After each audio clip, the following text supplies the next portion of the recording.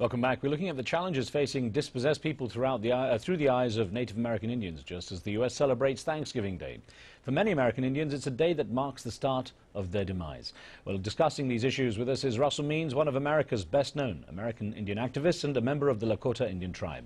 Let's get back to a question from Anwar in Paris, who's been patiently waiting on the phone. Anwar, thank you. Thank you, Riz, as well. Hello.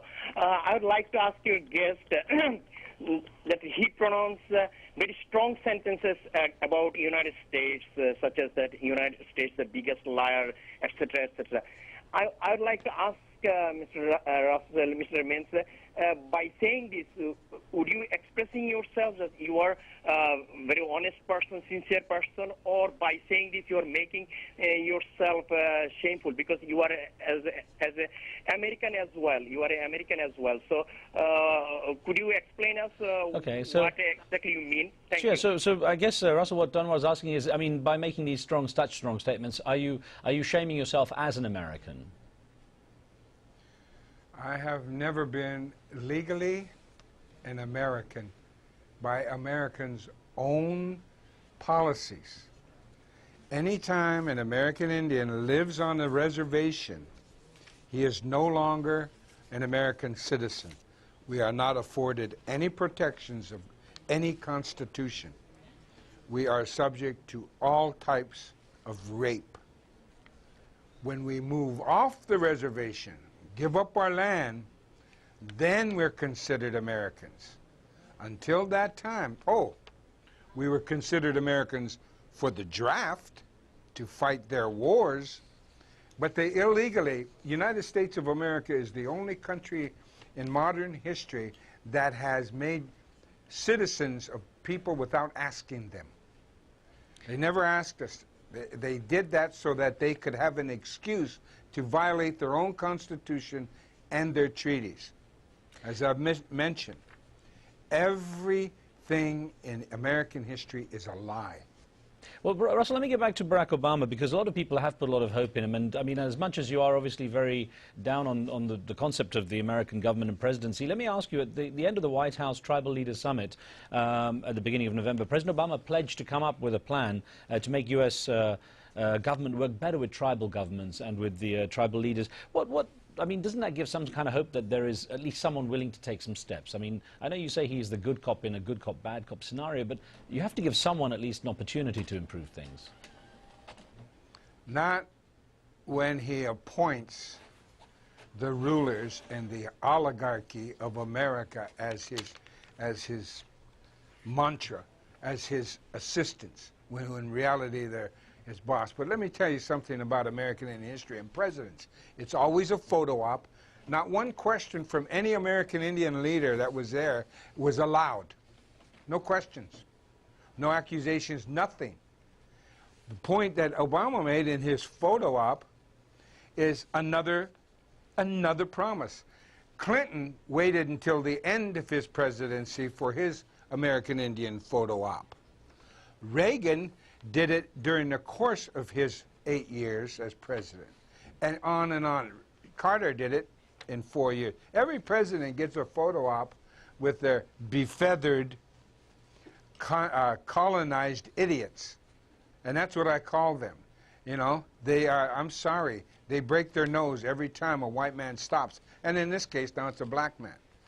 Let me ask you a question that came in from our live station chat room, people online talking about this as we go out live. David in D.C., referring to Thomas and Jefferson's support for the a state's right to secede from the Union, asks, did Thomas Jefferson write about non-state territories and how they might separate themselves from the federal system? He did write this, which I feel should be known, is that all of the Western Hemisphere, the entire Americas, should become the United States of America. Failing that, at least down to the Isthmus of Panama, should become America. He was an imperialist, and he also wrote that the American Indian, and I'll use his word, should be annihilated. That will solve the Indian problem. We had a Native American Indian viewer called John from the Choctaw Nation write in thanking you for your activism, Russell, and he asked this question.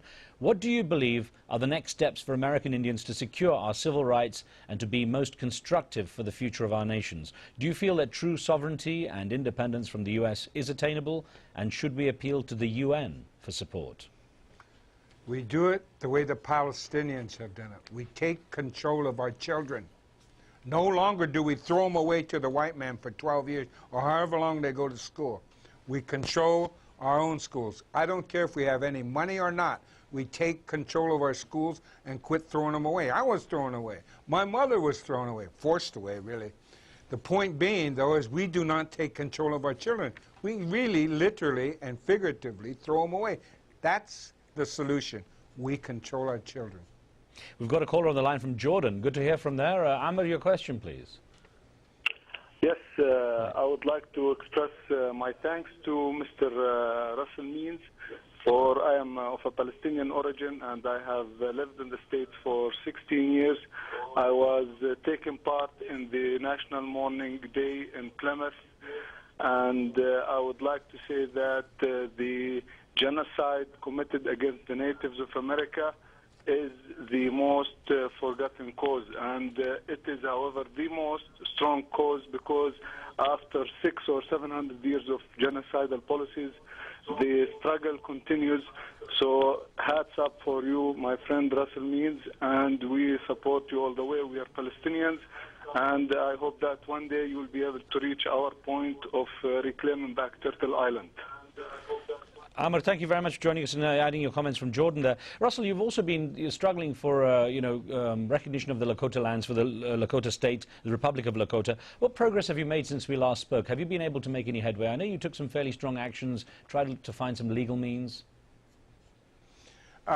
Yes, we have now, in the process of thanking the United States for recognizing us as a republic.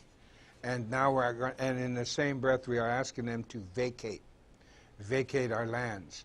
The other thing is that we've made contact with other countries, specifically a very strong European, or I don't know if they consider themselves European, but we've made contact with their government, and we are in the process of sending a delegation over there for consultation and for assistance of any and every kind. We've got a quick call in here, I think, from Belgium. Evan, go ahead, please. Hello. Hi. Good evening, Mr. Russell, and good evening to the host of the program. My name is Edin, and I'm coming originally from Bosnia, but I live in Belgium.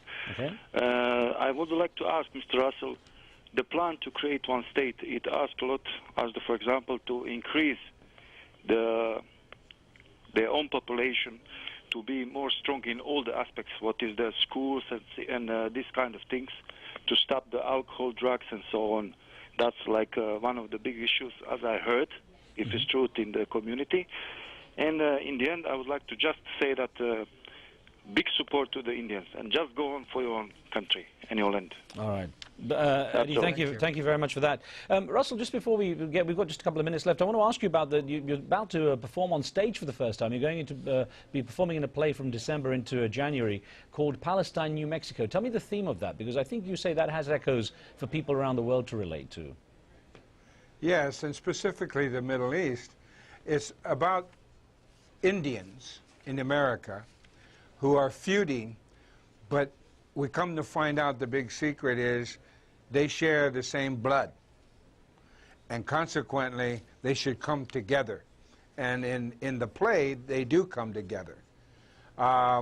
It's very pointedly directed at the Palestinian conflict with Israel, and that's why it's called Palestine, New Mexico. So it's a very liberalized view, at least in America it's liberalized, view of what should happen in the Middle East, specifically about Palestine.